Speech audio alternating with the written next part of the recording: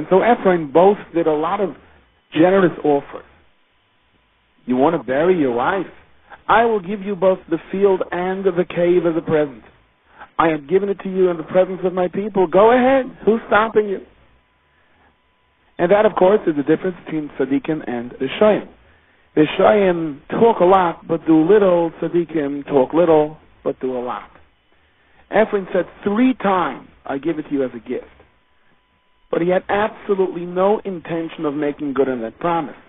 And Ephraim's final statement was that I demand the full price, not just the full price, but the full price in the best currency, Arba Meis Shekel, Oiver L'Soicher, the type that anyone, any dealer in the whole world would accept. Avram was not surprised. He knew Lechatchila that Ephraim was not sincere, and he was prepared to pay that price. Now the Medrash says an interesting thing.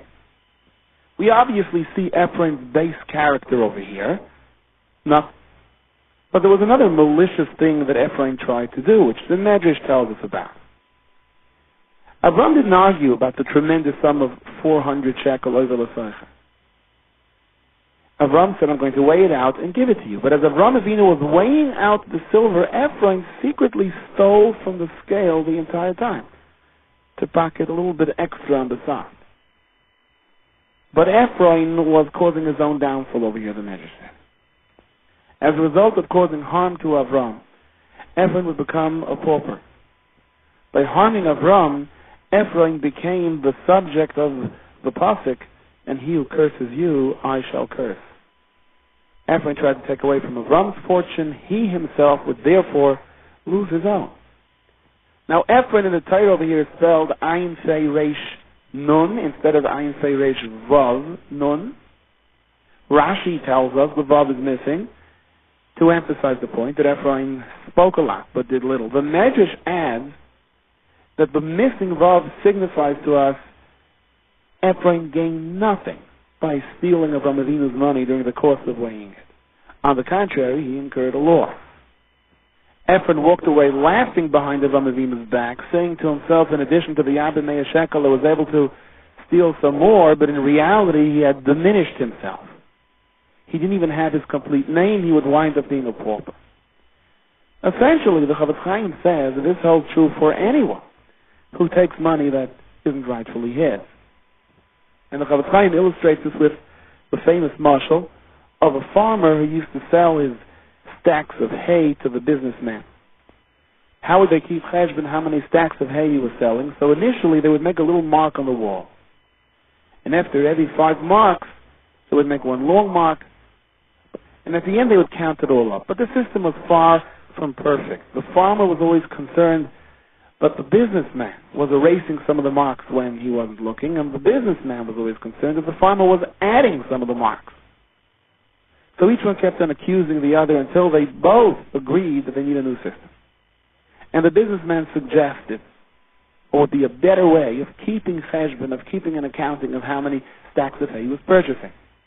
For every stack of hay that the businessman would have placed on his wagon, the businessman would drop a penny into the farmer's little box.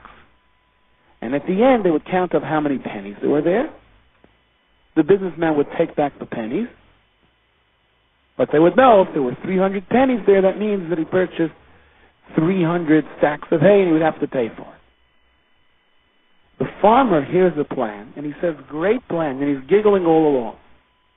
Why? Because he's thinking of what the farmer imagines to be a profitable, sinister plot over here. As the businessman is putting the pennies into the box and he's not looking, the farmer sticks his hand into the box and removes some of the pennies and puts it into his pocket, saying to himself, the businessman thinks he's going to get back all of his pennies at the end, but I am skimming off many pennies each hour.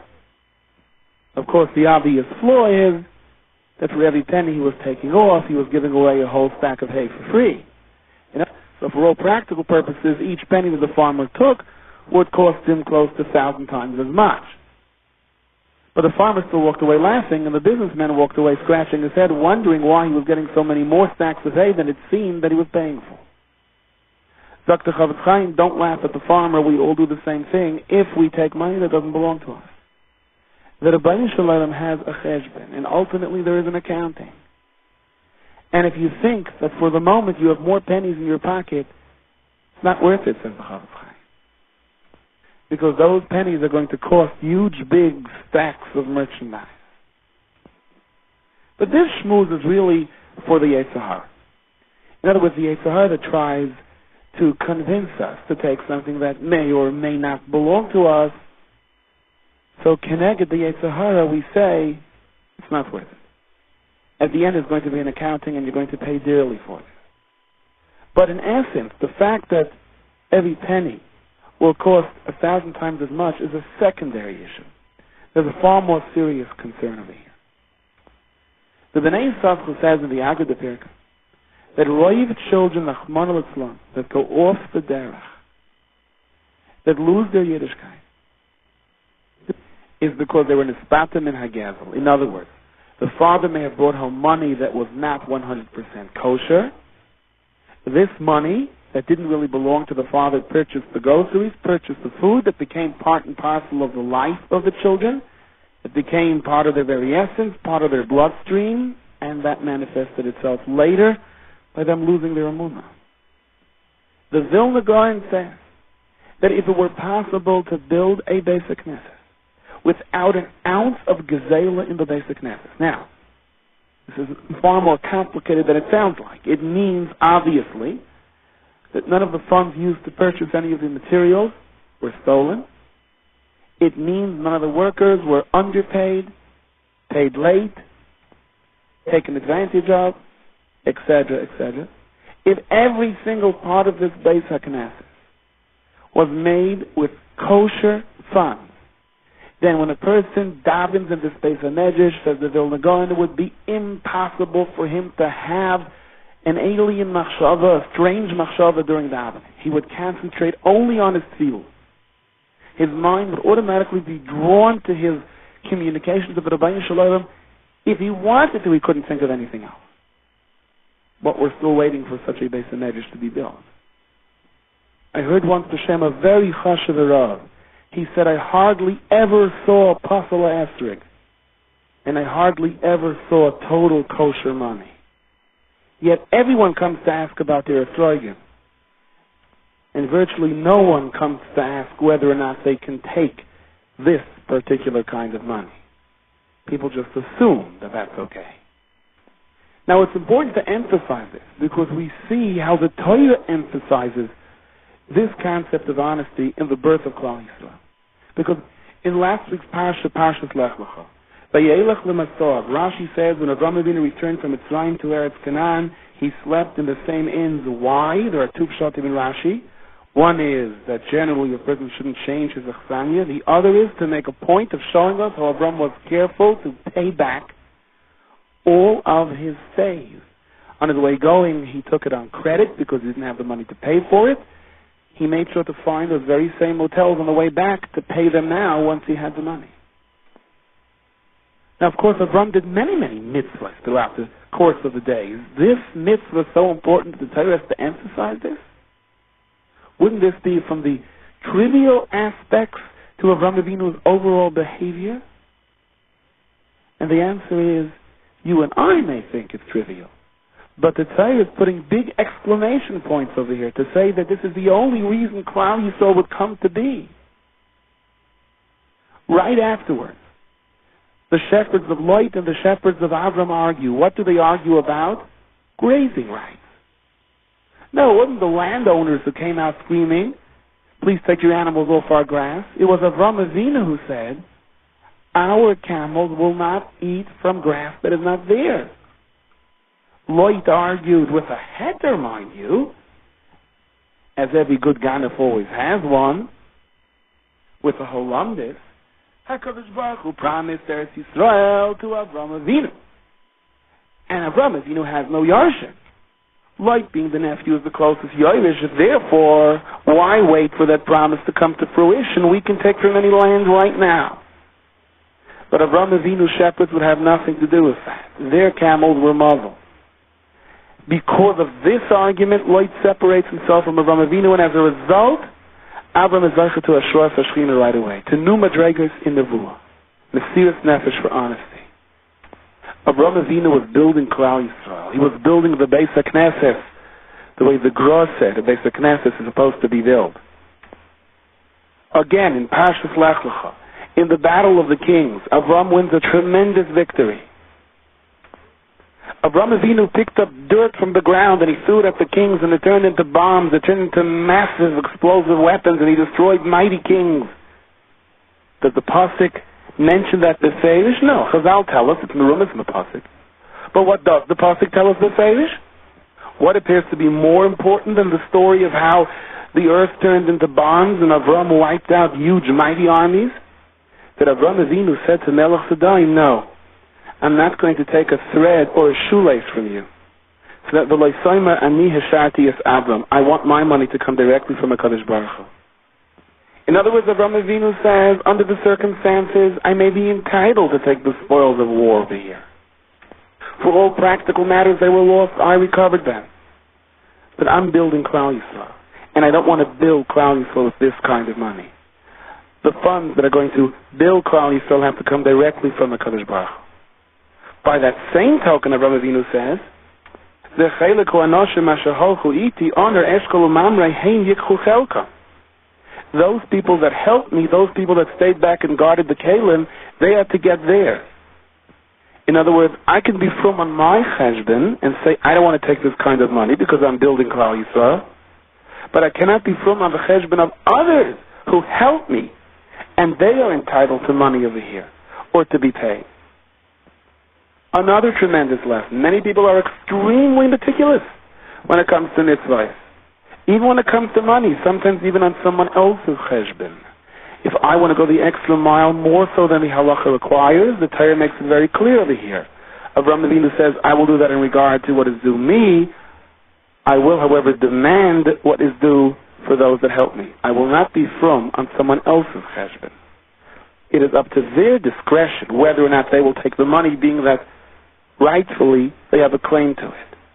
And again, Acher Advar Me'ela, Avraham Avinu is zeicha to another special Hashroat Hashchina. Devar Hashem el Avram b'machzeh. And the Rebbeinu Shalom says, Al tira Avram anechi mogim lach chorcha hab'mayid. For the second time now we see, after Avraham Avinu lays down the line, even with Mesiras Nefesh, to make sure that the funds are honest, he is zeicha to a higher medrega of Hashroat Hashchina. Again, getting back to the Grod Beis HaKnesset. The more honesty, the more you feel the presence of the Rebbeinu Shalom during the davening. Parshas Chayei begins with Avraham Avinu insisting on paying for the Maras HaMachpelah. Although he knew L'maisa that the Bnei Ches were not sincere in their offer of allowing him to bury Sari there for free, but the truth is he never even pursued the offer. Avram went quickly to the idea that I insist to purchase this with my own money. Now think about this for a moment. The Maras HaMachpelah, tremendous Kiddusha.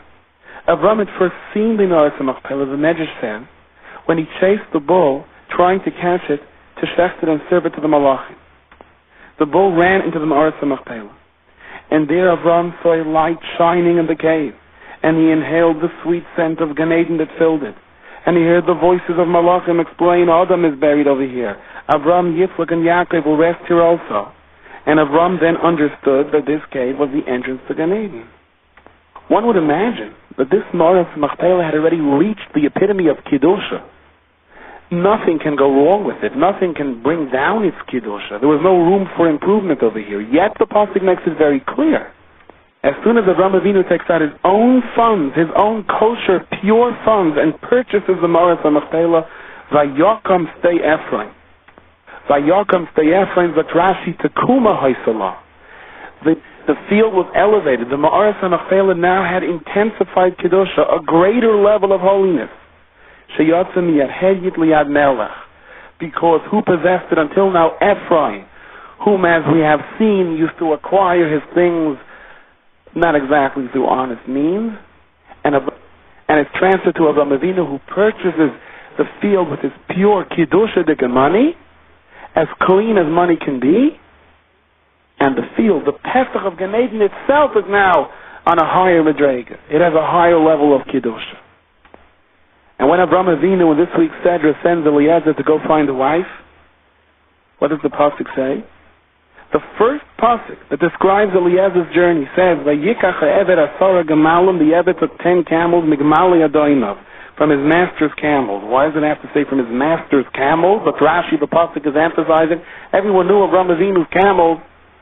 They didn't need a license plate. Everyone knew they were registered to Avram Avinu because of a special trademark that Avram Avinu's camels had. They were muzzled so that they don't graze in someone else's field. This is the first thing the pasuk has to tell us when Eliezer sets out on his mission now to acquire Yitzchak, the birth of Klal Yisrael, that Avram Avinu's camels had muzzles on them? And the answer is yes. Because the birth of Klal Yisrael was contingent on anything that was involved over here to be pure, to be cleansed from any chashash of gezela. And that is why when Eliezer starts giving Rivka the presents, the pasuk says that Yikach ish nezim zahav. He took the gold nose ring, Beka mishkol, it weighed a Beka, a remes to the shekel of Klal Yisrael, Ushnei tzenidim, the 2 bracelets, a remes to the 2 luchais, Asara zav mishkolam, they weighed 10, a remes to the Aseret Adivris. You have to understand what's happening over here. Eliezer is transmitting to Rivka money, jewelry. But Rivka doesn't receive jewelry over here. She's receiving the Aseret Adibah. She's receiving the Luchais, the Machtas HaShekel. She's receiving the essence of the Kedusha of Klal Yisrael. Because it was Avram Avinu's money that was so pure. It was the Beis HaKnesses, like the Gra wants us to build the Beis HaKnesses. Impossible to think about anything else but the Rebbeinu Shalom. And finally, at the end of our parsha, we have Avram Avinu taking back Hagar, the Yosef Avram Yikach Isha Shemai Keturah, and he has children from her, and Avram sends them away. And again, the pasuk clarifies something over here. First, the pasuk says that Yitin Avram is Kala Shaloi li Yitzchak. Avram gave whatever he truly had to Yitzchak. And then the pasuk says, well, if Nea Pelakshim, to these children of the Pelakshim, Ashali Avram, these children that he had from Keturah, Nosan Avram Matanis. He gave them Matanis and he sent them away. What were these Matanis that he gave them? Zok Rashi, all the money that Paroi gave to Avram Avinu. Because of Sarai, when he had to send Sarai away, when the Malachim attacked him for trying to take her, all of that Avram gave now to these Bnei Keturah. Here, take this and leave. I don't want to have anything to do with this money. The true money that Avram Avinu earned directly from the Kadosh Baruch Hu, that's what he gave to Yitzchak. V'yitin Avram es kol hashaloi, whatever was part of his essence, whatever was part of pure Kiddusha like the Grod Beis HaKnesses, that was transmitted to Yitzchak. Money that came from a source of Tumah, even though it was legitimate money. Avram said, I don't want to have enough of that. When Moshe Rabbeinu wanders away with his sheep, and he encounters the sneh, the burning bush, and you have over here the beginning of the greatest Hashroas Hashchina, the beginning of the greatest Nevuah for the greatest Navi. What does Rashi tell us over there? Why was Moshe Rabbeinu wandering away over here in the wilderness when he came to the sneh? He had wandered away from the farms and from civilization so that his sheep should not graze from other people's fields. And then he was Zaycha to the Hashroas Hashchina.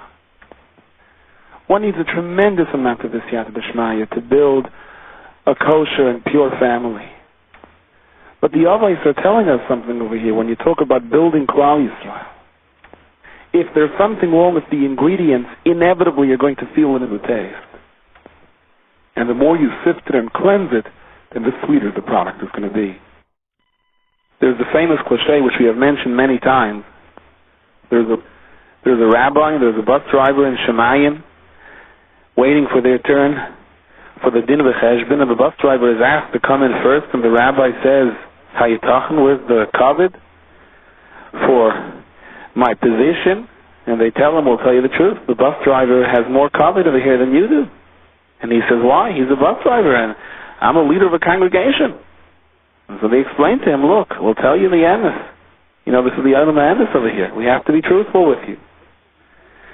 Every time you started darshaning, the people fell asleep. But when the bus driver started driving, everyone grabbed their tillams and started davening. The Torah tells us about the greatness of Sarah and how anyone that was in her environment was automatically affected with Kiddusha. Those are the three Nisim, the special cloud of Kiddusha that surrounded her tent, the Ner Shabbos that burned from Friday to Friday, the special bracha in her dough. There was such Kiddusha in her actions that whatever she did continued to have a lasting effect on anyone who had any shaykhs to it. Now, the Gemara tells us that Rabbi Akiva, the Heilige Rabbi Akiva, was darshaning, and he noticed that some of the people were about to doze off. They didn't doze off yet, but they were about to doze off. So Rabbi Akiva stopped, and he wanted to awake them, which indeed he did. And he told them a pshat, which was a chiddush, which was an interesting thing that would wake them up. He told them, do you know why Esther Hamalka was a queen over 127 countries? Because she was the daughter of Sarah, who lived for 127 years. Zaktach Samsayf. Needless to say, the words of Rabbi Akiva are not just catchy phrases. They are yesodis that have to be studied and understood, especially in the context of how Chazal present a situation, whatever this is supposed to mean, that the people sitting with Rabbi Akiva's shir began to fall asleep, and this is what woke them up. The Samsayfer points out that chayei Sarah with the koil is gematria 534. Chayei Sarah and the 127 years that she lived is a sum total of 661. Esther is gematria 661. So there is an inherent intrinsic connection over here between chayei Sarah and Esther. What Rabbi Akiva said over here was not just waving a flag to catch the people's attention. It was obviously, like everything else that came out of the Peh Kodesh of Rabbi Akiva, emes li'amita shel Torah. There are many different pshatim on this. This is how the Samsayfer explains it. We all know the Chazal. How did Sarah leave this world? They came and they told her about the Akedah, and just as they were about to tell her the last part, that Avram did not shech Yitzchak, she passed away. Paruch HaNishmas. As challenging as the Akedah was, it is still difficult to understand that Sarah Imenu, who lived a life of Mesiras Nefesh, should be so startled if indeed HaKadosh Baruch Hu commanded that Avram should shech Yitzchak. Would Sarah be so frightened that she would lose her life upon hearing this news? So many explain that it was the same inyan of David HaMelech. David HaMelech asked the HaKadosh Baruch Hu when he would pass away, and the HaKadosh Baruch Hu told him, I cannot tell you, I can only tell you that it will be on Shabbos. So every Shabbos, David HaMelech sat down to learn straight, without a hefzik, from beginning to end. He was Isaac in Torah, completely double in HaKadosh Baruch Hu, and as a result, the Malach HaMavet could have no shlita on him whatsoever. But Tzayv Chosai, if it was time for him to leave this world, for his neshama to go up and get this chayei in Olam Haba. So the Malach went and created a tremendous storm, a hurricane, a tornado, and David HaMelech was distracted for a second to see what was going on outside, and that's how he was able to penetrate. Many explain that Sarah Imenu was always so Isaac in Chesed. There was such a Kiddush and Tahara around her, it was impossible for her to leave this world. The Malach could not penetrate. There was never a second that she wasn't a complete Isaac in a mitzvah. It was consistent, 24 hours a day. So when she heard about her son that was about to be shechted, it's not pshat that she was so upset that she mamish lost her life. She was distracted for a second. And as a result, the Malach was able to penetrate. If not, her continuous acts of chesed formed such a powerful wall, she could have never left this world. That's what some explain it. The Samsayfer, however, presents a different insight in this chazal.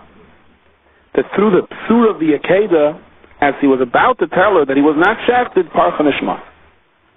The Samsayfer explains that the emes Avram and Yitzchak reached such a high level by the Akedah, even though lechatchila the shaft in the Soina was difficult, but Yaris Amakar Merachak, they felt a hastara, There were many questions that seemed to go unanswered.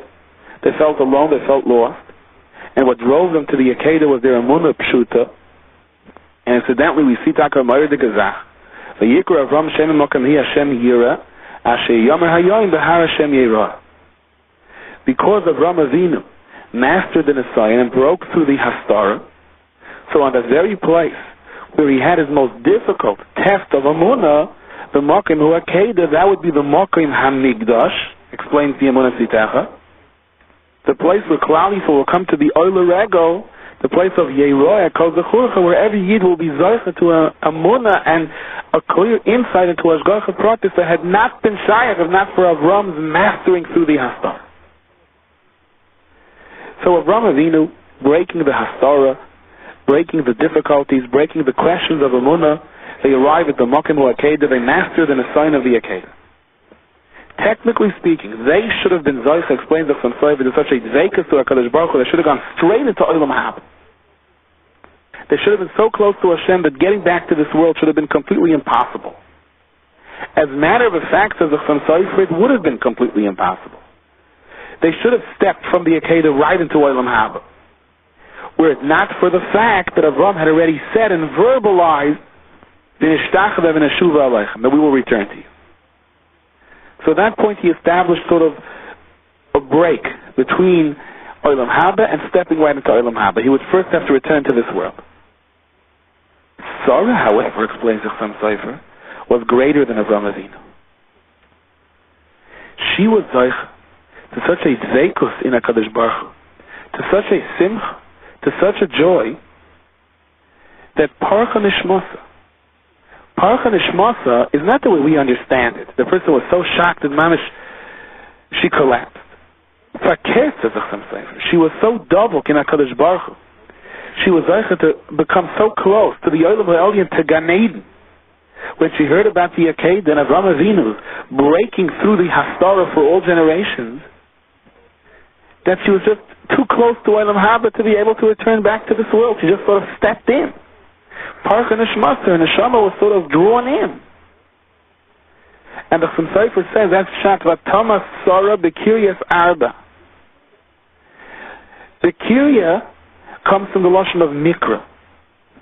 Mikra means a happening. It happened that way. If you don't really think into things, then one lives with the illusion that things just happen on their own. Kiryas Arba. From the outside, the Mikra gave the appearance that Arba. Arba reflects the four Yesodas that make up the human being. Eish, Ruach, Mayim, Ofer, the four Yesodas that make up anything in this world. It looked like Kiryas Arba, it happened that her Yesodas, that her faculties, her Metzias of being alive in this world ceased to exist.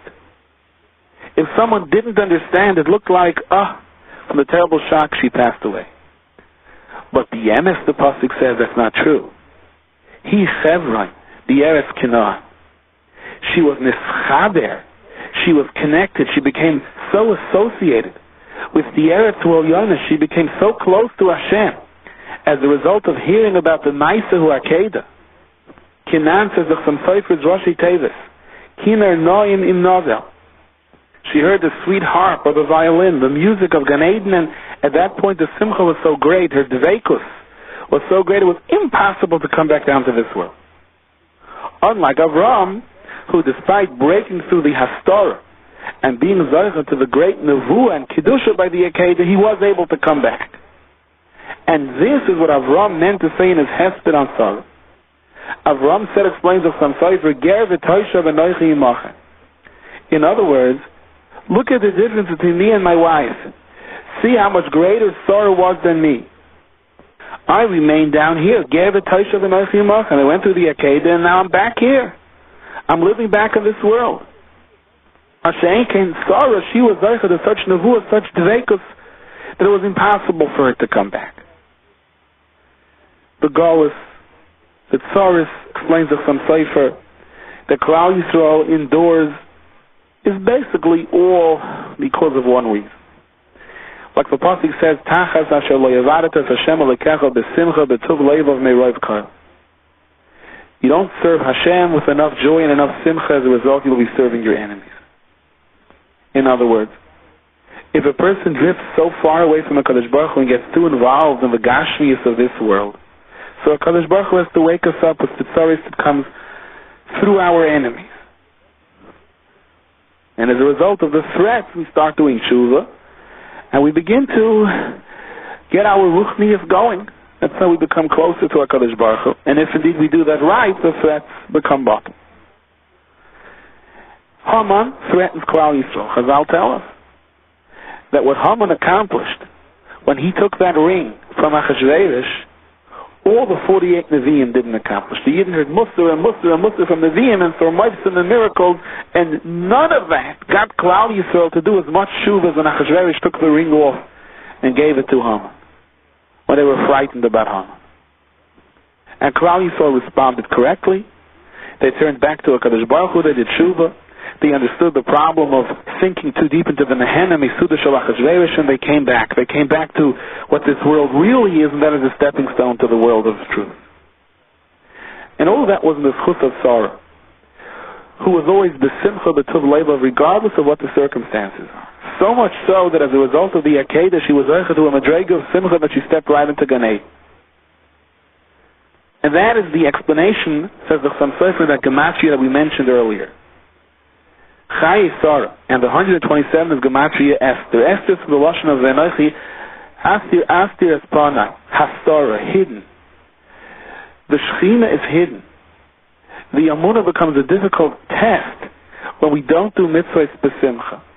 The life of Sarah and her attitude is the antidote to Esther, to the Hastara.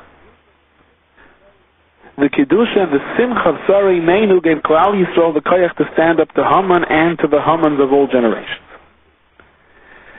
So Rabbi Akiva is darshaning over here, and he sees that people are dozing off. What does that mean, that people are dozing off? No one would actually fall asleep in the middle of Rabbi Akiva's drasha, but perhaps there was a lack of enthusiasm, kefiz, the madregos of what would have been expected of Rabbi Akiva's talmidim, or of the masses listening to Rabbi Akiva's drasha, a little lackluster, people perhaps sinking into their own worries and daigos, and not involved enough in the simcha and the enthusiasm, in the spirit of the moment of Rabbi Akiva's shiur. So when he wanted to wake them up to simcha and zrizos, to the contrary of the laziness and the sleep that they were sinking in, what inyan did Rabbi Akiva project to them? The inyan of Sarah Imein. The connection between the simcha of Sarah and Vanoichi Astir Astir Panai and Esther. In another explanation of Chassam Sofer gives us a different insight. Sarah lived for 127 years. They were all years of Kiddusha, years of Tahara, and therefore Esther would be Zaycha to be queen over 127 countries. Whatever that means, but Akobana we see clearly that Sarah Imenu had a chus for every year of her life. Once she was mature and older and lived a life of purity and chesed, we understand. And what about the first years of her life when she was a mere baby? How can those years count? How can a baby lying in a crib project such chusim that the first year of her life, the second year of her life, that those years should also count? That Esther had a country for those years as well. Dr. Chassam Sofer, we say in Eishes Chayil, which is the Shvach of Sarah, the talking about Laila, she gets up while it's still night, she gives the food to her household, and the set amount she distributes to her young ones. Now how come it's separated over here? Her young maidens, the young children of the house, they're included in the rest of the house, and the pasuk says already, Vatitin Teref L'Deisa. Pshat is, says the Chassam Sofer, that even though as a baby, 6 months old, 1 year old, Sarah Imenu was a baby. What can a baby do in terms of chesed, in terms of chusim? But she made up for those years later on. Sarah Imenu was up enough nights taking care of her children, listening to the tzaris of others, being oisik in chesed when she should have slept and could have slept, that she compensated more and enough for those early years of her life that she was a baby. So the Taka B'Yod Laila, she wakes up while it's still night and she feeds her house. How much time did she spend up when she should have been sleeping? Making up all the time as a child that in its context is, so to speak, wasted with just being a child. The Chaklanari Sarah, she made up for her young years. Not that she did anything wrong when she was a baby, but she couldn't have been Sarah Imenu yet when she was just a baby. In terms of time, she made up for it.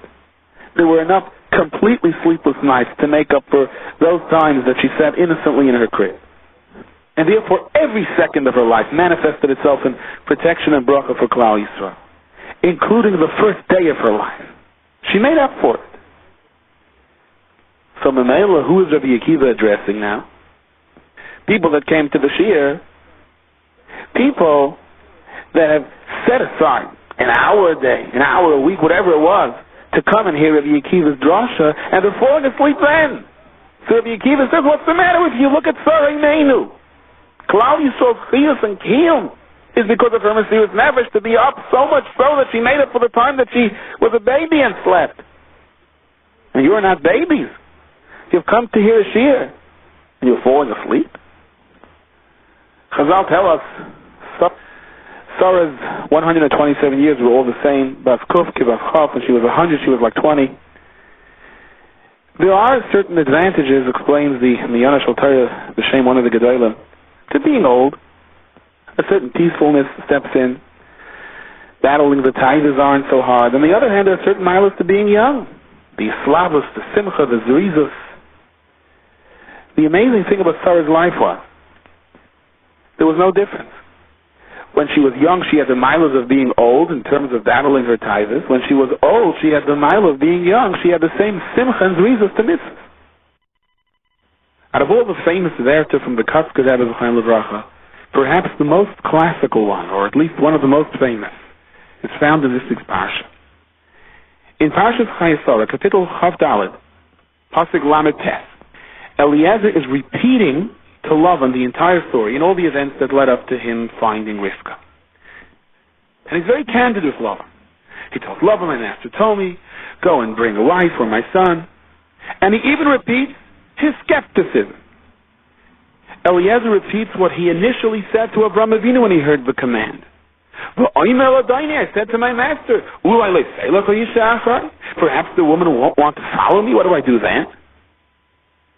Ulai, perhaps, is spelled normally Aleph, Vav, Lamed Yud. In this case, however, the Vav is missing. There's a shurik under the Aleph, so we know to read it Ulai, meaning perhaps. But in terms of its spelling, Aleph, Lamed Yud, it can also mean a lie to me. Zok Rashi, that what Eliezer was actually saying to Avraham Avinu, why are you sending me so far away to bring back a daughter? Why should she want to come? She doesn't even know you. I have a simple solution. A lie me. I have a daughter. Let my daughter marry Yitzchak. Am I not your greatest Talmud? Am I not the one that gives over your teachings to everyone?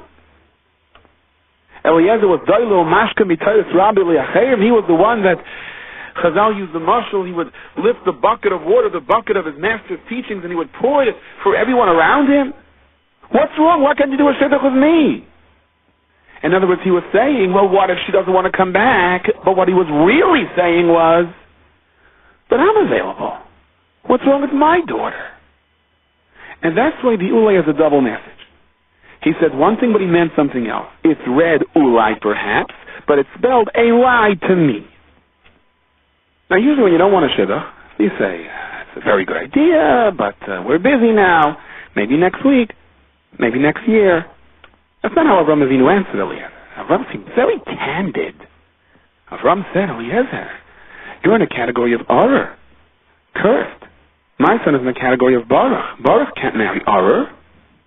Now we're going to see later Eliezer would eventually enter the category of Baruch, but why did Avraham Avinu have to say it so clearly? Before, however, we begin to explain that, let's get back to the Katzker Rebbe's Kasha. This message of a lie opposed to Ulai is found over here when Eliezer is repeating the story to Lavan after the shidduch was already made. But if you go back to the beginning of the parsha, Kapitel Chav Daled Pasuk Hey, when it was actually happening, not when Eliezer was repeating it. So Avraham Avinu says, "Go al artzi v'al meladati and bring back a wife for my son Yitzchak." But Yomer Elov ha'Eved, and over there in Pasuk Hey, Kapitel Chav Daled Pasuk Hey, the Eved says, "Ulai le'sayvo isha l'lachas achrei." And over there, Ulai is spelled Aleph, Vav, Lamed Yud. Perhaps. No underlying message, no subconscious message. Perhaps she won't come back. No remez over here that we see in the Pasuk that he meant to say, what about me? Why?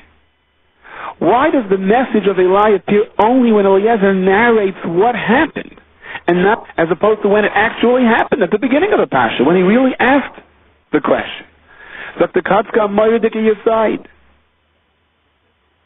When Eliezer originally heard his mission, he was skeptical. He said, it sounds like a difficult task, a tall order. I'm supposed to go find this girl, tell her to come with me. Why should she want to come with me? When Eliezer said that originally, perhaps she won't come with me, and he was trying to suggest to Avraham Avinu, this may not work out, consciously, he wasn't thinking about his own daughter. Subconsciously, the anticipated problem of maybe she won't come back was wishful thinking. He hoped she wouldn't come back so that the opportunity of a shidduch with him would arise. But if you would have asked Eliezer, why are you being so skeptical? He wouldn't say, the truth is I'm hoping it wouldn't work out because I want Rivka out of the picture so Eliezer can marry my daughter. He would have never said that. If you would have accused him of that, he would have said, why are you accusing me of such a thing? And he would have been sincere. I'm worried it may not work. Because he himself didn't know why he was skeptical. Dr. Kotzker, when a person has an agia, when a person has something that he wants, and therefore he starts interpreting certain things or predicting certain things, he thinks he's being objective. He doesn't even know that he's tilting things, that he's aggravating problems so that it leans toward his direction, so it has the outcome that he wants. He said, Ulai, perhaps she won't come back. And he thought he really meant it. It's a real problem of Avraham Avinu. What if she doesn't want to come back? Later on, when the shidduch was a done deal, when for all practical purposes, Yitzchak was a chas and Rivka was a kala, and Eliezer is reminiscing, and Eliezer is saying, Mamish Nisim how this whole shidduch came to be. One day my master called me in, he sends me so far away, and I said to him, then it's probably not going to work. What if she doesn't want to come back? You know, come to think of it, says Eliezer, when I said that, she's not going to want to come back, that was wishful thinking. When I said perhaps she's not going to come back, you know what I really meant? I really meant I hope she's not going to come back, so that Yitzchak can marry my daughter. That's why over here we have the remez of a lie, not beforehand. Now that Eliezer no longer had the negia, it wasn't negea to him, it didn't pertain anymore, she was already a kala, now he can be objective. You ask someone to do you a favor and he says, no, it's not a good idea, it's not going to work, I would do it, but I think it's not the right thing to do. He really thinks it's not the right thing to do, but if he really, really thinks, he'll know he may just be lazy, or he doesn't want to do it, or it represents perhaps the possibility of putting him in a difficult situation. So he finds excuses and begins to rationalize, and he really means it when he says, I don't think it's a good idea. But the truth is, he doesn't think it's a good idea for him. Now Chazal talk how the Torah elaborates over here. And so many key halachas in the Torah are based on a single letter, the omission of a letter, or an added letter. And here you have so many extra words where Eliezer repeats the whole story. Yafas yichasan shalav de yavis yosem etirasan shalbanim. The Sfasen is based on this word from the Koska gives us a deeper insight in this. Eliezer was constantly repeating the story to himself, constantly reviewing the actions and the events of the day. Why? He wanted to brush out, he wanted to comb through and see, is there anything that I did over here? Is there anything that I said where on the surface I was doing it as an agent for Avraham Avinu, but underneath I was acting on the basis of the ultimate outcome that would suit me, not him. Eliezer was legitimately concerned for this. And that's why he kept reviewing again and again every act and every word and every step of the way. Am I really doing this L'Shem Shemayim? And it is in tribute to that the Torah indeed repeats the narrative. How Eliezer repeated the story, because Eliezer was repeating the story of L'Shem Shemayim. In a self-analysis, we find that Eliezer got to the well. There's sort of this heart-rendering tefillah to HaKadosh Baruch Hu and over-anxiousness. Why was Eliezer so worried? Avram Avinu has a siyata d'shmaya. If Avram Avinu sends him, of course the HaKadosh Baruch Hu is going to be memala his ratzain. And for this Vasemes, Eliezer was thinking to himself, whatever Avram Avinu wants, the HaKadosh Baruch Hu is going to give him, but the problem is Avram Avinu made me the shliach. Am I going to be mekalkel over here? Am I going to distort something over here because I'm acting on the basis of what I want? And therefore his tefillah was, Vayoymar, Hashem Elokei Adoni Avram, Hakrin Olofonei Hayoim, please, I beg of you, let me do things right, Vasein Chesed Adoni Avram. View this as you are directly dealing with Avram Avinu, and of course you give Avram Avinu whatever he wants. Don't allow me perhaps not acting properly as an agent to somehow ruin this shlichus. I want to consider myself an extended hand of Avram Avinu, which according to many is what the concept of shlichus is, a pure agent acting on his behalf. Eliezer's tefillah was, let Avram Avinu's Kedusha shine through, and any self-motivation that I may have, let it not get in the way. Eliezer narrated the story to look for a possible deviation, and he found it. And he was happy that he was able to overcome it. And again, that's what the Torah repeats it.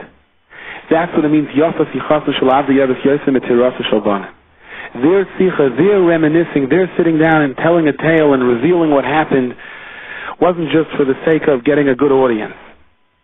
It was for the sake of self-examination. When Lavan arrived at the well, he saw a man of noble appearance. He saw a man lifting up 2 camels with one hand and carrying them across the well. That, as brought down in the Yalkut Shmoini. That was Ashgacha Pratis because it gave Lavan a second thought about trying to kill him. He was going to confront him. Ultimately, now he had ideas that perhaps poisoning him would be a safer route. In any event, when they sat down by the table and they handed him that poisoned plate of food, so he said, I cannot eat before I accomplish my mission. And they told him to speak, and his first words were, Eved Avram Anochi, I'm Avram Avinu's servant. And at these words, the whole family, Psul and Lavan, they were all shocked. They lowered their heads in shame. They believed that this was Avram himself. And they thought, if this was the greatness of Avram's servant, how great must Avram himself be? But the Zohar looks to this pasuk and says, let's point out the greatness of Avram's servant. Here you have a person that's receiving such honor that appears so noble, and he comes to the feast. And what is his first statement? I want you to know I am nothing but an Eved of Avram Avinu. And the way the Zohar Kodesh explains it, he didn't say it as a complaint. Look, I'm just an Eved. He said, I want you to know, you see my nobility, you see my power, it all comes from Avram Avinu. It is a chiyah. And he was also saying this in the form of a tefillah, to remind himself, I hope that whatever I do l'shem the hatzlachas ha'inyan of how Avram Avinu wants it, not the way I want it to turn out. The Zohar HaKadosh says, the Vasemes brings this, that as a result of this statement, Eved Avram Anochi, which in a way was a kind of victory cry, because he battled all along to be that loyal servant just for Avram Avinu. And he cried out, now I really feel it in my heart, I'm doing it only for Avram. The Zohar says, at that point, Yotza Michlal Orur, and he went into the category of Baruch. So the Vasemes Eliezer made a cheshbon. I want so badly to be the Mechutton of Avram Avinu. I want this so badly. And then he stopped and thought and said, why do I want this so badly? So of course, for Kiddusha, to have Doiros, to be Mamal of the Ratzon Hashem. And then he said to himself, that's what I want? If that's what I really want, to be an Erlecha, Eved to Hashem, then the greatest thing I can do is to be Mamal of the Ratzon of Avram Avinu, the greatest tzaddik in the world. So if I'm going to convince myself that I'm doing things L'Shem Shemayim, that what I want is the Rebbeinu Shem's Ratzon, let me redefine that. Then my Ratzon is to be Mamala, the Shlichus of Avraham Avinu. That is the greatest mitzvah I can possibly do. That is the greatest chus in my life.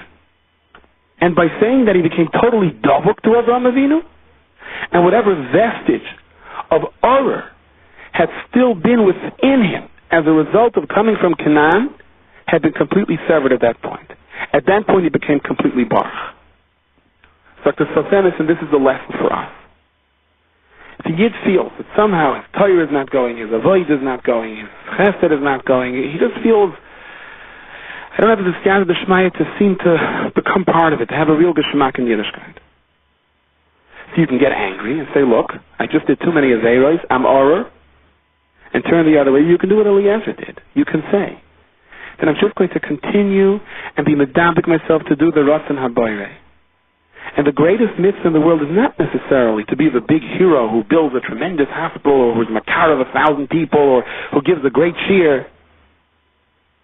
I want to do the Ratzon HaBoirei. I'm an Eved of Hashem. Then I will continue to try despite my deficiencies. This attitude is the greatest key to remove his deficiencies and to elevate him to greatness. Then he will be Yotzei Mechlal Or and will enter Klal Baruch. And this answers the kasha. Avraham Avinu, the Amoida Chesed, how do you talk to someone that way? I mean, if I were a shadchan, somebody wanted a shidduch, the A's want to marry the B's. And you suggest it to the B family, and the father of the B family says, I heard something not nice, some bad rumors about the A's, question about their yichus, no, I'm not interested. And you call back the A family, so what do you say? You don't say, well, they heard that there's a problem with your yichus. You say, they said, they'd really be interested, but they're busy now, maybe you can try again. I mean, you say something, but you don't say that. And here, Avraham Avinu is speaking to his most beloved Talmud, that's Doilu Mashkemi Torah Rabbi Lechem, and he says to him, straight out, you're Or and I'm Baruch, therefore we can't be Mashalach ourselves with each other? Couldn't he say, okay, it's a nice idea, I'll consider it maybe? Avraham Avinu. But according to the Tzosemis, we can understand it so beautifully. Avraham Avinu said, look, I know who Yitzchak is supposed to marry. He's supposed to marry Rivka. She is going to be the mother of Klal Yisrael. And Eliezer is ejected. So Avraham Avinu says to him, Eliezer, this is your opportunity to become Baruch. By you pushing away your own Negiah and going out to be Memal of the Shlichus with Mesiras Nefesh for my sake. Don't lose this opportunity. You become totally davuk to me. You're Oror, I'm Baruch, that's a fact. The only reason I'm telling it to you is because now that you're faced with an Asayin, you have your own Negiah, and you can overcome that Negiah. And you can be the one to bring Rivka to my son and be Memal of my Shlichus and become bottled to me. Here is your opportunity to leave the cloud of Oror and enter into the category of Baruch, which indeed he did. That's what Avraham Avinu was trying to say to him. Don't miss this opportunity. And it's important to remember the Yesod in life. There are mitzvahs and there are mitzvahs. And when you're doing a mitzvah that seems to go against your own honor and your own covenant, you're doing it anyhow, Hashem Shemayim, that's not just a mitzvah. That is a promotion from whatever degree of horror a person has in him to a whole new world of Baruch. Agav, we ought to mention, being the Parsha of Chayei is the Parsha of Shidduchim. And one of the questions that an Neshama is asked after 120 years is when you Isaac and Period of Arivia, the first mitzvah in the Torah, did you fulfill the mitzvah of being fruitful and to multiply? The Marsha says, included in this question, where you Isaac and Period of Arivia, is not just whether you personally fulfilled the mitzvah, but did you do your share in helping others fulfill the mitzvah? How many shidduchim did you try to read? How many people that are alone did you try to put together? And this is going to be the first question that everyone's going to have to face. What did you do for someone else? Yes, every shidduch is bashed, and the exact moment of the shidduch is written, and it won't come a second later, and everything is the hashgacha pratis. But Bechira and Yediyah are two separate things. One thing has nothing to do with the other. We have our responsibilities that we're going to have to answer for, and to say, well, it was bashed when it was going to happen is not an excuse. It's not going to be a good answer when they ask us, were we Isaac and Period of Review? The only good answer is we sat down and really tried and made as many phone calls as we could and spoke to as many people as we could to try to put people that are alone together. together, and indeed may HaKadosh Baruch Hu help, then the chus of this mitzvah, Klal Yisrael, that is so alone, should be brought back to the Beit, to Yerushalayim Yerakodesh, the Meir V'Yameinu. It's Yidua, a member from one of the famous Bali Musar, that a day that you didn't do chesed for another Yid is not considered a day. And he would sit down at night before Kriya Shema Lamita and open up a ledger and write down. He would log it. What did I do today for another Yid? And specifically, what did I do that required Mesiras Nefesh? And if he didn't have what to write, so right away he was makabel upon himself what he can do tomorrow. At least he can write down as a Kabbalah, B'li Neder. But if not for that, he Pashut felt that it wasn't a day today. It's Yidua, the famous mashal of the Chavetz Chaim, that two people came up to the Olam HaEmes, one an elderly gentleman who lived till his high 90s, another young man that passed away earlier, Rahman al-Islam. And now it comes time for their din of the cheshbon. And the young man is summoned first, and the old man is asked to wait. And the old man begins to bang with his stick, and the time is, what's this? This is supposed to be the Olam HaEmes. Why are you not allowing me in? I should go before that young man. Kavod. If there's no kavod for elders up here, then what was the whole point of stressing it down there? So the Bezdin Shalmaila explained to him, no, Adarabba. Everything over here works on the basis of kavod for elders. Older people go first, older people get more kavod, older people get everything. So the man said, how you talking? How can you say that? When you see yourself, you're calling this person ahead of me. He has a black beard, and look how white my beard is. So they explained to him, the problem is the way you are factoring age. You're factoring age by looking at a birth certificate, by saying when you were born and when he was born, by how many candles there were on the birthday cake. That's not the way it works up here. Over here, we count age by how many days you accomplish what you were supposed to accomplish. Every single day throughout the entire year, every single day throughout a Yid's life has a certain tafkid. There's a certain objective for this particular day that does not exist during any other day. And when a person goes to sleep at night, there's a din of the cheshbon. And the question is asked, did this person do justice for that particular day? Did he accomplish what he was supposed to? If he did, then the day counts for a day. If he didn't, then it doesn't count for a day. The Ber Moshe from the Yershiva Rebbe has a long beer on this. It's Yidua from the Zohar and other sources that the 365 mitzvahs loisa correspond to the 365 days of the solar year. Every single day has its own particular lav. And much stress is put on the fact that Tisha B'Av corresponds to Gid Hanosha, to where Achila is no Achila, to where the battle of Esav rages on, and Klal Yisrael's survival in Golis depends on the Shmira and the Chus of our Avos. So every day has its day, B'chlalius, and for every individual, every single day has its Nisyonis. And when you have satisfied the Nisyonis of that particular day, then that day counts as a day. So you see, they explained to the elderly gentleman that you're not as old as you think you are. Because you may have lived in this world for 95 years. But when you add up the amount of days, which should have been 34,675, we're afraid that there's only about 2,000 that actually count for you. So you're 2,000 days old, even though you live for 95 days down here. Now, this other man, who was summoned up here much earlier than you are, chronologically, so to speak, even though he was much younger, according to your birth certificates, he is much younger than you. However, he has close to 10,000 days. So you see, he's 8,000 days older than you are. So don't complain that we're not showing kavod for elders up here. Adarabba.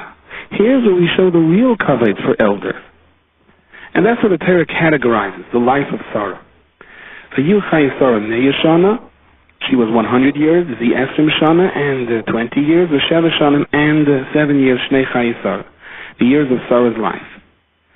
It's presented in 3 age groups, because each age group represents different nisyonos. Each age group represents a different phase of life. Like the Kafka said, there's kina, taiva, and kavod that are all detrimental to a person's neshama, to his mission on this world. Jealousy, temptation, and honor. but during different phases of life, each one stands out more than the other. For example, in the first third of a person's life, it's essentially taiva that one has to battle. It's the temptations and the lusts of life that create the erlich a person. During the middle-aged years, it's usually kina. My brother-in-law did this kind of a shidduch, my cousin has that kind of a house. And then during the last years of life, the battle is with kavod, where getting shlishi or shishi or sitting up front means so much more to a person. The Torah is testifying that Sarah passed each of those phases 1,000%. Yodea Hashem Yemei Tamimin. The Rebbeinu Shalom knows the days of those that live completely for Him. There is no day, no moment that is not recorded in Hashem's book. So the 127 years of life down here contain no day that was unimportant, no day where the challenge wasn't met. The conclusion of the pasuk is, Nachlosam li'olam tiyeh. Their real heritage lies in the completely unlimited future. And therefore, the B'Sham Shmuel Hirsch quotes from Chazal, the pasuk concludes again, Shnei chayei Sarah, that these years of Sarah's life will live on forever in Olam Haba. Her chus will protect us forever. Why? Because of the fact that she simply didn't miss a day. Reb Chaim Volozhiner writes that since Sheshes Yimei Bereshis, if you take every single Shmei Nesrei of every single Yid throughout his lifetime, no two Shmei Nesreis are alike. If there was a way of measuring kavana, concentration, feeling, emotion, ahava, yira, then you will see no two Shmei Nesreis of any individual was alike. Every single Shmei Nesrei is a different pasha. But another way of explaining that is, the Shmei Nesrei is the way that we take our emotions, fears, frustrations, joy of the moment, and we convert it into words of how we express that to HaKadosh Baruch Hu. Whether it's our search for tshuva, for refuah, for slicha, for parnasa, whatever it is. And therefore no two Shmei Nesreis are alike. Because every single day in a person's life represents a different nisayon. Every hour within the day represents a different nisayon. As the Ben Moshe points out from the Zohar HaKadosh. Every single hour has a tafkid. And there's a cheshbon hour by hour. Okay, did you do with the last hour what you were supposed to? So as a result, every Shmei Nesrei, during the 3 parts of the day, Erev, Boker, V'Tzarayim, is a different Shmei Nesrei. Because the question is, okay, did he take the Shmei Nesrei and apply it to his situation of that moment? Think about this. How many times did you hear a person say, I don't know, I've been doing this for 20 years, but I never had an experience the way I had today? How many times do you feel in your own personal emotions, whether it's simcha, whether it's frustration, whether it's anger, that something like this never ever happened before to me? Why? Because enochanami.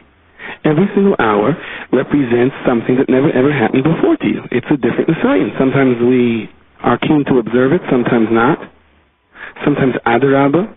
We feel that life is boring, and that's the nisayon. Every hour represents a different challenge of his chashish. Whatever the case is, every person's script is different.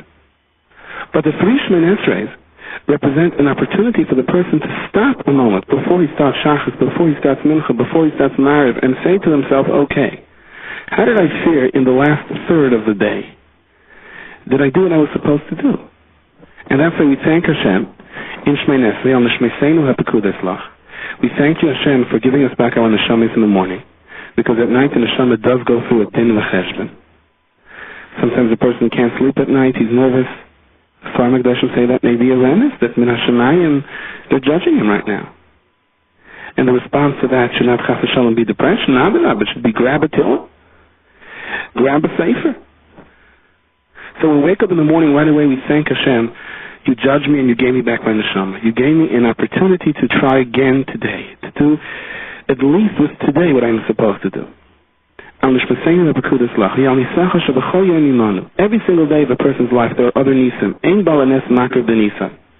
person's going to come up to Shemayim and is going to be shown a whole list of things, of miracles that happen to the person that he doesn't even realize. Do you know that this could have happened to you today, that could have happened to you today? How HaKadosh Baruch Hu protects us on a day-to-day level, because each day is a din on its own. Again,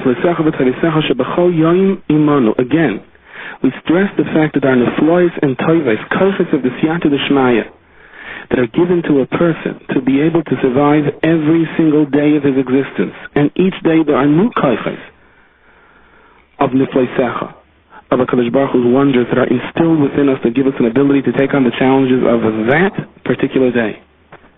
And it's not just one day at a time. Shevachol Eis. Every single hour, every single aspect of the day, Erev in the evening, Vavayker in the morning, V'tzayim in the afternoon, every segment of the day represents different nisyonos, represents a different part of the blueprint of life. It's all there in the script. And special L'siyata D'Shnaya that is available to us if we look for it to be able to deal with it. And the L'siyata D'Shnaya that we had to deal with the Erev is not the same as the koiches you are given to deal with the Baiker. Neither is it the same as the powers that are instilled within us to be able to deal with the Tzorayim with the afternoon. Each Messiah is different. The koiches that we can draw upon are new and different. And therefore we conclude by saying, Hatayv, Hatayv, your goodness is endless. No one can understand just how good HaKadosh Baruch Hu is. No one can understand how the Tayv, the Or Haganis, the Yar Elikim Esa'arki Tayv that is hidden within us, shines out subconsciously to give us the power to deal with the Nisayan of the moment. It is infinite. The Hamirachim, and the Rebbeinu Shem represents the ultimate Rachmanis. The Ben Mein Chaim in his Sefer Sidur Shel Shabbos goes into the Arichos, the Chiluk of Chesed and Rachmanis, the Enkan Makam L'Harach, that's a shir for itself. But each is given to us as needed. The Chesed of HaKadosh Baruch Hu never ends. Every single day we are given new Chesed to deal with that particular day. Ever have we placed our hopes in you. Me'olam biyad olam. When a person is Mekayim a mitzvah, he creates, as the Sfar Magdashim explain, tremendous hashpayis in the Olam Yisrael Yainim. Worlds in the heavenly spheres are created. And no 2 days of worlds are alike. And as we travel from one Olam to the other, as we travel from day to day, we have placed our hopes in you, that you continue to give us the Siyata D'Shmaya and the awareness that we have to deal with each day at a time. The Sfar Magdashim explained, Sarah was rewarded for each of her 127 years. Well, what about the first year of her life? I mean, a baby in his first year, the baby doesn't have nisyonos, the baby doesn't have much of a b'chira other than to cry when he or she needs a bottle or a diaper change. But the Sfarim explained that what happens is when a person uses out the rest of his life, when he does have a free choice for the right thing. So HaKadosh Baruch Hu then says, so your whole childhood, even the years that you were an infant, was a prelude, was a hachana for the mitzvah of you needing the Nisayan of every single day. And therefore, once it becomes a hachana for the mitzvah, you are rewarded not just for those days that you had the seichel to understand, this is a Nisayan and I'm going to do the right thing, but the Yid is rewarded even for the days that he or she was in the cradle. The Chofetz Chaim discusses this concept really with the pasuk further in our Parsha, Kapitel Chavdalet, Pasuk Aleph, the Avram Zakein, Baba Yamin, where the pasuk says in Avram has become old. Baba Yamin, again, he came with all of his days thus far. His mission was not over yet, but the pasuk says, having already dealt with the major nisyonos in his life through the Akedah, and then the nisayon of finding that Sarah had passed away, and the nisayon of dealing with her krura, and the frustration of having to negotiate under such difficult terms for a place for his wife to be buried in the Ma'aretz HaMachpelah, even though all of Eretz Yisrael was promised to him. So Avram, at this point, for the most part, had met most of the major nisyonos in his life. The Avram Zakein, he was old, but being old, that doesn't take much. Baba Yam, but to be old and to come with all of your days, that is a lifetime achievement. So what follows after the Avram Zakein Baba Yam? He works now on finding a shidduch for his son, on building Klal Yisrael. So here we see an interesting point. The Ramban writes in a letter to his son, Ashrei mi, shechasmu yama b'meher. Fortunate is the person who finishes his life quickly down here in this world. In other words, somebody is misakein what he has to be misakein. He meets the challenges of his particular nisayon. He has accomplished them. Then why does he have to remain longer in this world? And Menadarav, he can only ruin it. Zok Sam Seifer, But that applies only to someone who accomplished what he had to accomplish, and that's it. He has no shaykhs with other people. So Adarabah, by not having any positive influence on someone else, he really did what he was supposed to do over here. So if you can already have this chai forever after in Olam Haba, why deal with Nunas Yonis on a day-to-day basis? However, someone who has a positive influence on others, someone who strives to be able to help others, to be mechanech others, starting from his own children and on, and if he's like his own grandchildren, so it's a whole different passion. This person is now taking the experience of his days and applying it to others. He's looking to help others set up their lives and continue the chain of Klal Yisrael and to instill the Ahava and the Yirah and the Messiah of Klal Yisrael. So sometimes a person really used up his days, but HaKadosh Baruch Hu will give him extra days, explains B'chsam Sefer, because of the effect that he is having on others. And therefore the Pasuk says in Parshas Kisavei, Kapitel Chavches, Pasuk Yiraus, V'haisircha Hashem l'tayva b'fri vitnecha. The Rebbeinu Shalom teaches the B'chsam Sefer, the Haisircha will give the person extra days. L'tayva. Why? He already did what he was supposed to do. But the Torah says b'fri vitnecha, because of the chinuch that he has to instill in his children, or his einaklach, or his extended family, or his talmidim. If he serves as a role model and he puts his whole emphasis in life on setting up their houses properly, so Memela, sometimes HaKadosh Baruch Hu will give him extra days just for that reason. Memela, we can understand what the Pasuk is telling us. Sarah lived out her whole life. She mastered every single day perfectly.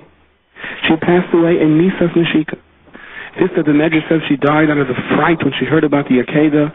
So we already explained, the Mefarshim say that what it means is just like David HaMelech was immune to the Malach HaMavos because he was Isaac and Torah constantly, and the Malach HaMavos had to shake the trees and create a storm just to be mafsik him for a second.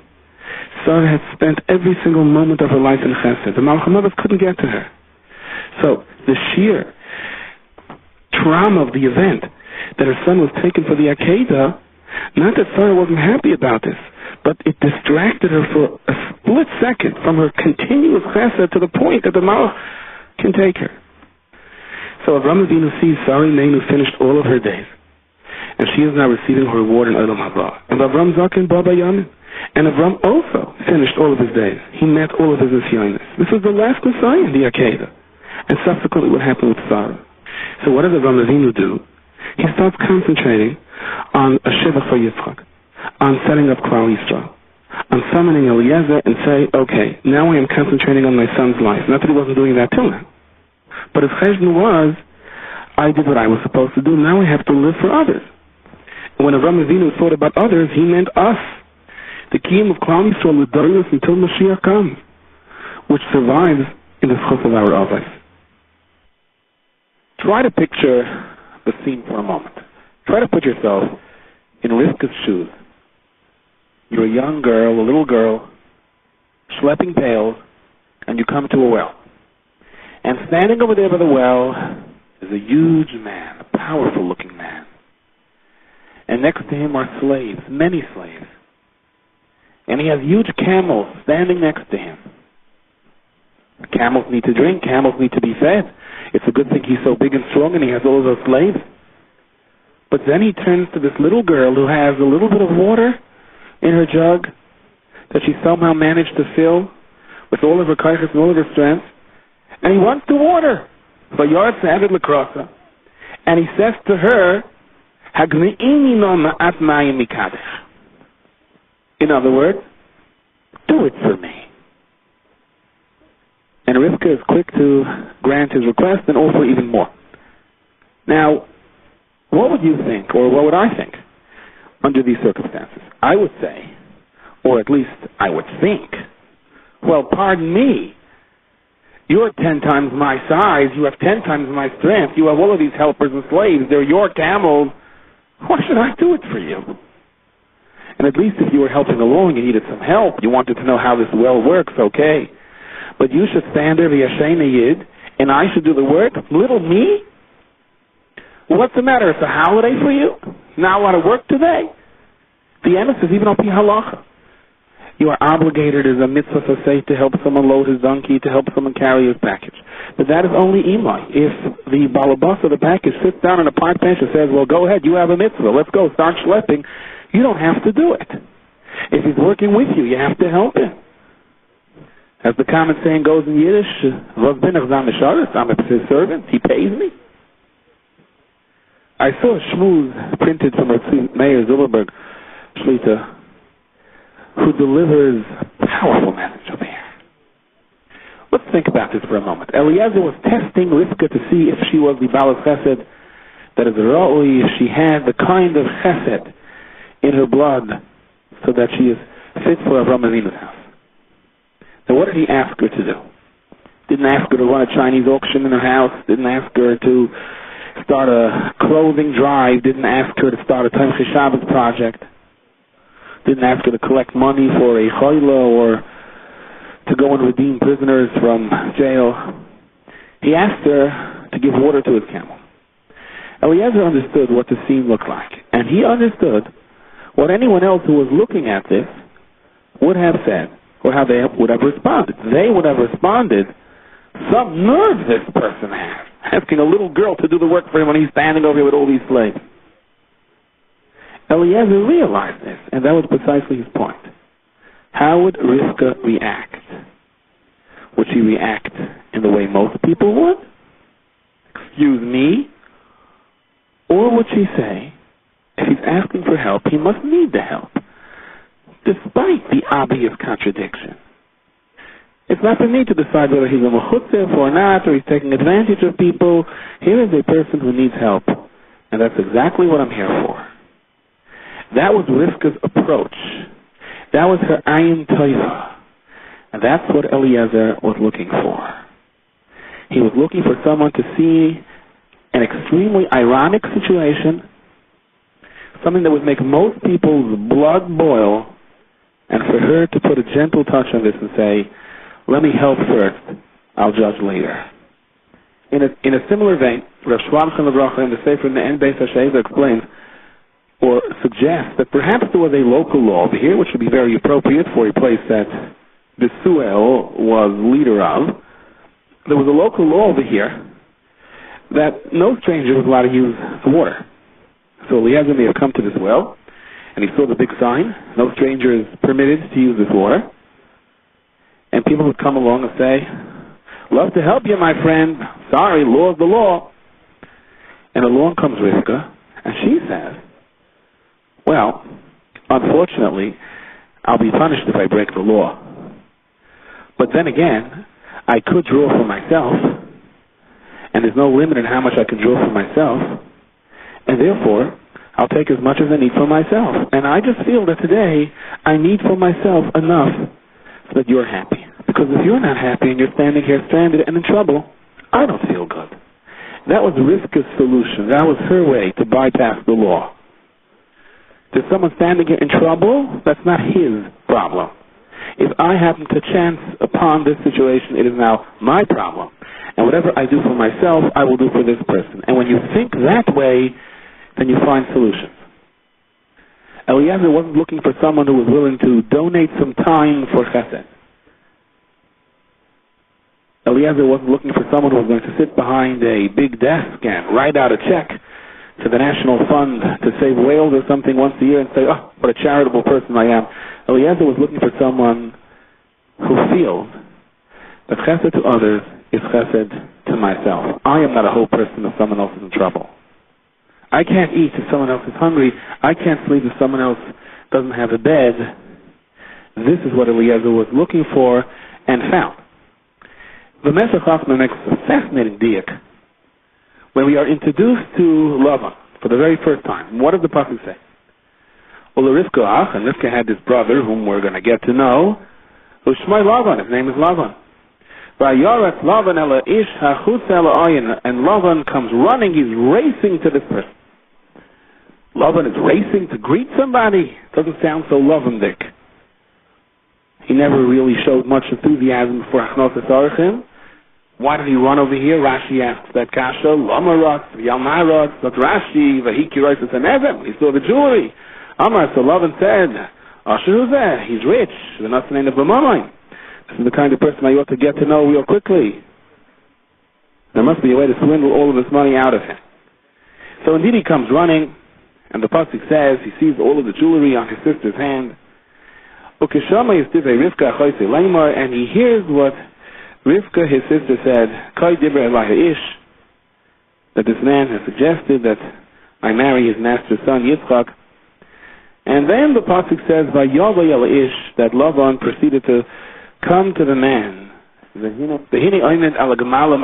like some of Lavan's enthusiasm dwindled over here. I mean, at the beginning of the Vayoretz, he's running, and now he arrives. He comes.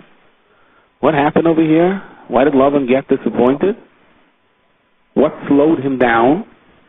The Meshech Chochmah suggests a very novel mahalach over here in the Psukim. There is an opinion in the Gemara that Avram Avinu had a daughter, Hashem Berech Avram Bakoel, Bas Hoya Li Avram, whose name was Bakoel. Now, Lavan hears that rich Eliezer has come. He assumed that he is coming to look for a husband for his master's daughter. I mean, that would stand to reason. Normally you don't send someone to look for a wife for your son. The son himself goes. Lavan didn't know the whole Torah that Yitzchak could not leave Eretz Yisrael because he is a korban oil. So if it wasn't Yitzchak who came, but Avram sent his Eved to look for a shidduch, he probably sent his Eved to look for a shidduch for his daughter. And Lavan right away concluded, who better than me? And especially if Eliezer has all his jewelry with him, so I'm not going to refuse him. We're going to get to know each other here. So Lavan doesn't just come, he comes flying. But then he meets Rivka, and she excitedly tells him what happened. Brother, aren't you excited for me? Look at all this jewelry on my hand. And Koi Dibra Alaiha Ish, the man said to me that he has come to ask that I become Yitzchak's Kala. He didn't come looking for you, he came looking for me. Suddenly, hearing that news, Lavan slows down. It's no longer Vayoros, it's Vayovayalish. Oh, yes, huh? Well, we'll see what we can do over here. Suddenly, that he wasn't the one to personally gain, he became very disinterested in the entire thing, but he would have to play out the role. Of course, he himself were already planning how to assassinate Eliezer and steal all of his money. So what happened over here is, Eliezer noticed the stark contrast between Rivka and her brother. How could Rivka, who grew up in an environment like this, where people think only about themselves, and as long as I have something to gain, I come running, and if it's for someone else, even my own sister, I lose cheshek, and Rivka herself has exactly the opposite need. She comes running and says, someone else's tzara is my tzara. And I take it upon myself, and I'm not asking questions, and I'm not looking down at you. And I'm not twitching my nose and saying, some nerve. Rather, I'm saying, you need help, I'm here for you. The fact that Rivka can have this need of growing up in this type of environment proved only one thing, that this simply was her mitzias. That somehow her very essence was different than that of those around her. She was the Talmida Shel Avram Avinu. And the first qualification of that was an ayin toiva, a good eye. As opposed to an ayin ra, which qualifies someone to be a Talmud of Bilam. And indeed, according to the Targum Yonasan ben Azil, Lavan and Bilam are the same person. A while ago, I was listening to a tape from Rav Palm Chaim Lebracha. I think it was his last public speech, that by a Shuvul Parlor meeting. And with tears in his eyes, in a broken, tear-choked voice, he cried and said, how can I possibly thank the Rebbeinu Shalom for the great chesed that he bestowed upon me, so that I can initiate and that I was able to be the force behind this organization that teaches Torah and mitzvahs to a people that would have never even been exposed to it. That I can create this great coverage for the Shekhinah. And then crying like someone who was pleading for his life, he said, the Rebbeinu Shalom, only give us more time and give us a more D'Siyata D'Shmaya, and you will see what we can do for you in your palace in Eretz Yisrael. This comment came, the speech came, the sentiments expressed were given by a person who was so weak that doctors said that there was only a hair of life left in him. He had no koyach to sit, barely koyach to breathe. And this is what he said. It came to mind what Svarim HaKadoshim bring, that right before the istalkus of a tzaddik, before a tzaddik passes away, the major thrust of his life, the ikar koiches of his life, come to the forefront. So if someone gave his life to teach others, all of the emotion that is pent up within him, all of the ha'aros, all of these koiches, all of that hashpah as it gets transferred to the next generation, all of that lights up strongest during the last moments of his life. The Torah is nitzchias. And getting back to that shmooze from Reb Tzvi Meir Shlita, if in this week's Sedra, Avraham Avinu passes away, that means that the major koiches of Avraham Avinu's life, the thrust of what he leaves for us, comes forth in this week's Sedra. And each year it comes through stronger and stronger. And Avraham Avinu, of course, personifies the midas hachesed. Chazal say hachesed mizgalgu ba'olam b'shvilai. That any chesed that exists in the world really comes from the koyach of Avraham Avinu. And therefore he explains when the Mishnah says in Pirkei Avos, the komi sheyesh by gimel midas halol, harei me talmidav shel Avraham Avinu, and the first item on the list is ayin taiva. So what the Mishnah is really saying is that if a person has an ayin taiva, then automatically he becomes a talmid of Avraham Avinu. Each year, Avraham Avinu doesn't just leave a legacy, he b'metzias injects into the bria a koyach of chesed, especially during this week, which is the istalkus of Avraham Avinu in the pasuk. Avraham transfers another phase of chesed into the bria, and when you reach out to accept the attitudes of Avraham Avinu, beginning with the midah of ayin taiva, of looking at someone with a good eye instead of a negative eye, you become, not just homiletically speaking, not just in concept, you b'metzias, it is a reality, you become a talmid of Avraham Avinu. There are hashpahs of chesed that come from Avraham Avinu directly to you. Now, this midah of ayin taiva, which is the first of the qualifications that give us our diploma to be a talmid of Avraham Avinu, is not an easy midah to come by. Tzaddikim have said that they spent their whole lives trying to acquire an ayin taiva.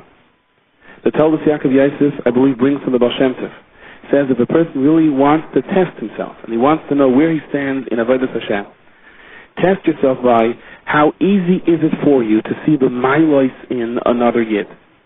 And by the same token, if you are easily irked, so to speak, by someone else's chesroinus, and you are quick to judge someone else, and to write someone else off by saying, quote, what nerve that person has, that lazy, etc., if that is the attitude in your heart, then use that as a test that you are distancing yourself from HaKadosh Baruch Hu and you are thinking in your avodas Hashem.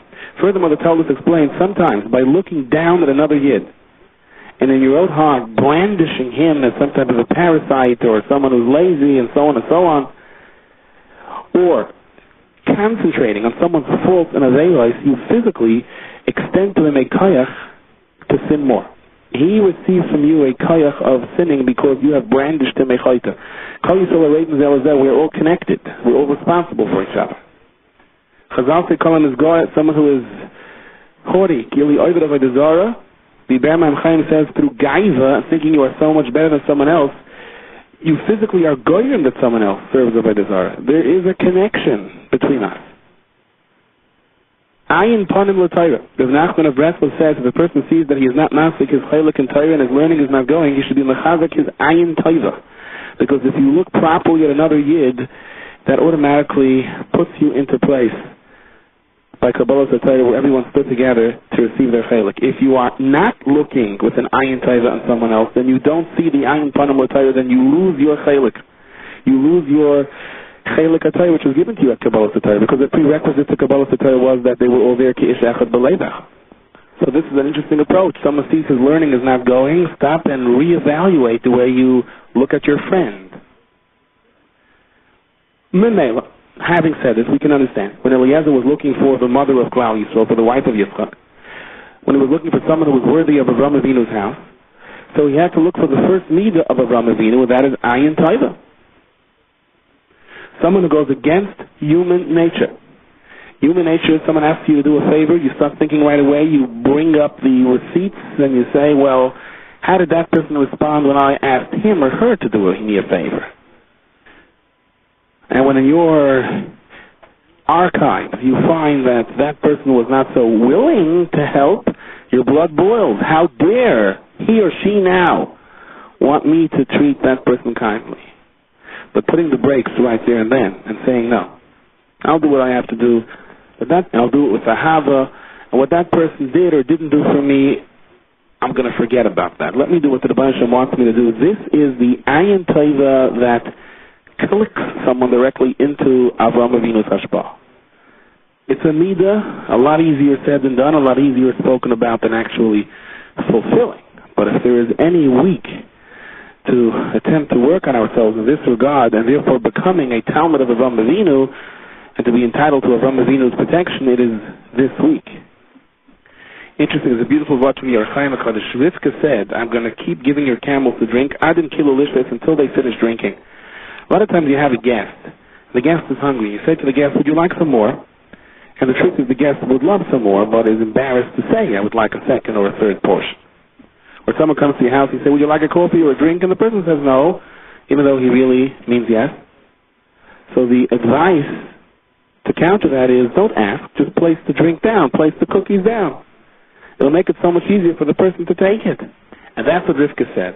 I'm not going to make a cheshbon whether they had enough or not. I'm going to keep giving them until they stop drinking. This shiur is distributed by Kolodas, 11 Steichemes Street, Yerushalayim. For donations, please call 02-5383-999. Fax 02-538-0267. Postbox 57035.